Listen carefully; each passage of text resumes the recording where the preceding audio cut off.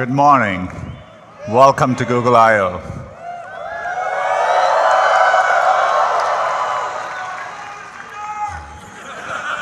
I love you guys too. Can't believe it's 1 year already.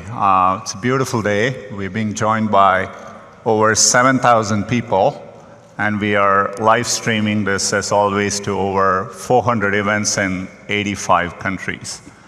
Last year was the 10th year since Google I/O started, and so we moved it closer to home at Shoreline, back where it all began. Seems to have gone well. I checked the Wikipedia entry from last year. There were some mentions of sunburn, so we have plenty of sunscreen all around. It's on us. Use it liberally. It's been a very busy year since last year, no different from my 13 years at Google. That's because we've been focused ever more on our core mission of organizing the world's information, and we are doing it for everyone, and we approach it by applying deep computer science and technical insights to solve problems at scale. That approach has served us very, very well.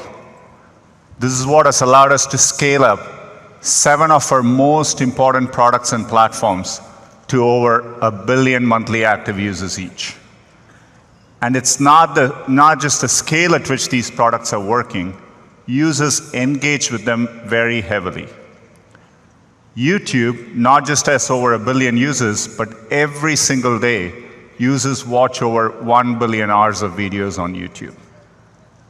Google Maps, every single day, users navigate over 1 billion kilometers with Google Maps. So the scale is inspiring to see, and there are other products approaching this scale. We launched Google Drive 5 years ago, and today it is over 800 million monthly active users, and every single week there are over 3 billion objects uploaded to Google Drive. 2 years ago, at Google I/O, we launched Photos as a way to organize users' photos using machine learning. And today, we are over 500 million active users, and every single day, users upload 1.2 billion photos to Google. So the scale of these products are amazing, but they're all still working up their way towards Android, which I'm excited, as of this week, we crossed over 2 billion active devices of Android. As you can see, the robot is pretty happy too behind me. So it's a privilege to serve users at this scale. And this is all because of the growth of mobile and smartphones. But computing is evolving again. We spoke last year about this important shift in computing from a mobile-first to an AI-first approach. Mobile made us reimagine every product we were working on. We had to take into account that the user interaction model had fundamentally changed with multi-touch, location, identity, payments, and so on. Similarly, in an AI-first world, we are rethinking all our products and applying machine learning and AI to solve user problems. And we are doing this across every one of our products. So today, if you use Google Search, we rank differently using machine learning. Or if you're using Google Maps, Street View automatically recognizes restaurant signs, street signs, using machine learning. Duo with video calling uses machine learning for low bandwidth situations. And Smart Reply in Allo last year had great reception. And so today, we are excited that we are rolling out Smart Reply to over 1 billion users of Gmail. It works really well. Here's a sample email. If you get an email like this, the machine learning systems learn to be conversational, and it can reply, "I'm fine with Saturday," or whatever. So it's really nice to see.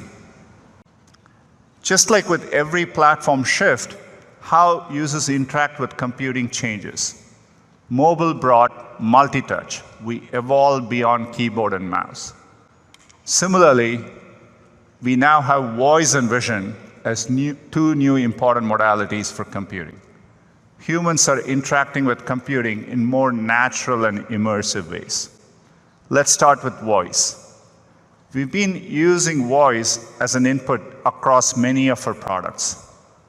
That's because computers are getting much better at understanding speech. We have had significant breakthroughs, but the pace, even since last year, has been pretty amazing to see. Our word error rate continues to improve, even in very noisy environments.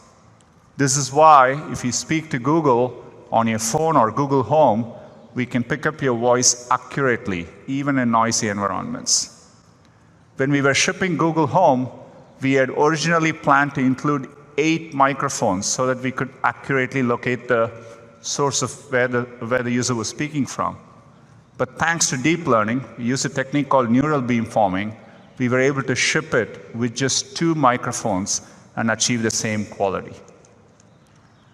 Deep learning is what allowed us about 2 weeks ago to announce support for multiple users in Google Home, so that we can recognize up to 6 people in your house and personalize the experience for each and every one. So voice is becoming an important modality in our products. The same thing is happening with vision. Similar to speech, we are seeing great improvements in computer vision. So when we look at a picture like this, we are able to understand the attributes behind the picture. We realize it's your boy in a birthday party. There was cake and family involved, and your boy was happy. So we can understand all that better now. And our computer vision systems now, for the task of image recognition, are even better than humans. So it's astounding progress, and we're using it across our products. So if you use the Google Pixel, it has the best-in-class camera, and we do a lot of work with computer vision. You can take a low-light picture like this, which is noisy, and we automatically make it much clearer for you. Or coming very soon, if you take a picture of your daughter at a baseball game and there is something obstructing it, we can do the hard work, remove the obstruction, and have the picture of what matters to you in front of you. We are clearly at an inflection point with vision, and so today we are announcing a new initiative called Google Lens. Google Lens is a set of vision-based computing capabilities that can understand what you're looking at and help you take action based on that information. We'll ship it first in Google Assistant and Photos, and it'll come to other products. So how does it work? So for example, if you run into something and you want to know what it is, say a flower, you can invoke Google Lens from your assistant, point your phone at it, and we can tell you what flower it is. It's great for someone like me with allergies. Or if you've ever been at a friend's place and you've crawled under a desk just to get the username and password from a Wi-Fi router, you can point your phone at it,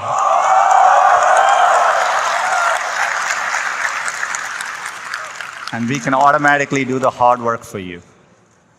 Or if you're walking in a street downtown and you see a set of restaurants across you, you can point your phone, because we know where you are and we have our knowledge graph and we know what you're looking at, we can give you the right information in a meaningful way. As you can see, we are beginning to understand images and videos. All of Google was built because we started understanding text and web pages. So the fact that computers can understand images and videos has profound implications for our core mission. When we started working on search, we wanted to do it at scale. This is why we rethought our computational architecture.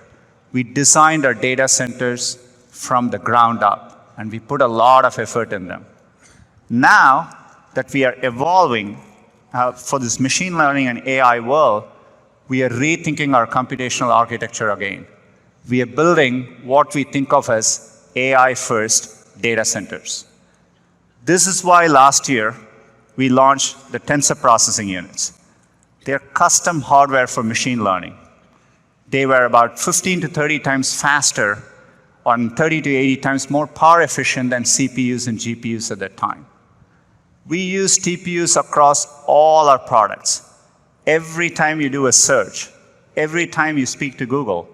In fact, TPUs are what powered AlphaGo in its historic match against Laserdahl.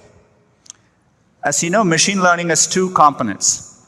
Training, that is how we build a neural net. Training is very computationally intensive. And inference is what we do at real time so that when you show it a picture, we recognize whether it's a dog or a cat and so on.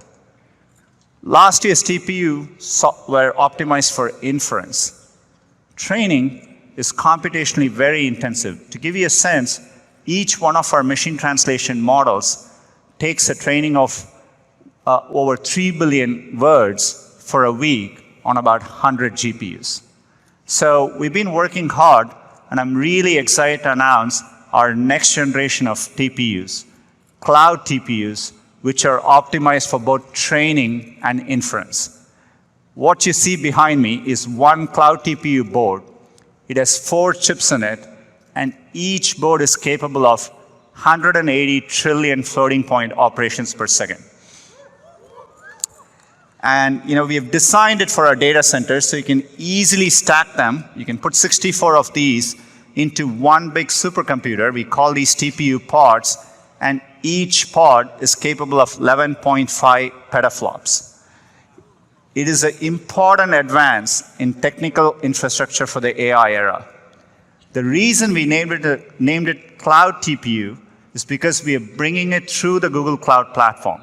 So cloud TPUs are coming to Google Compute Engine as of today.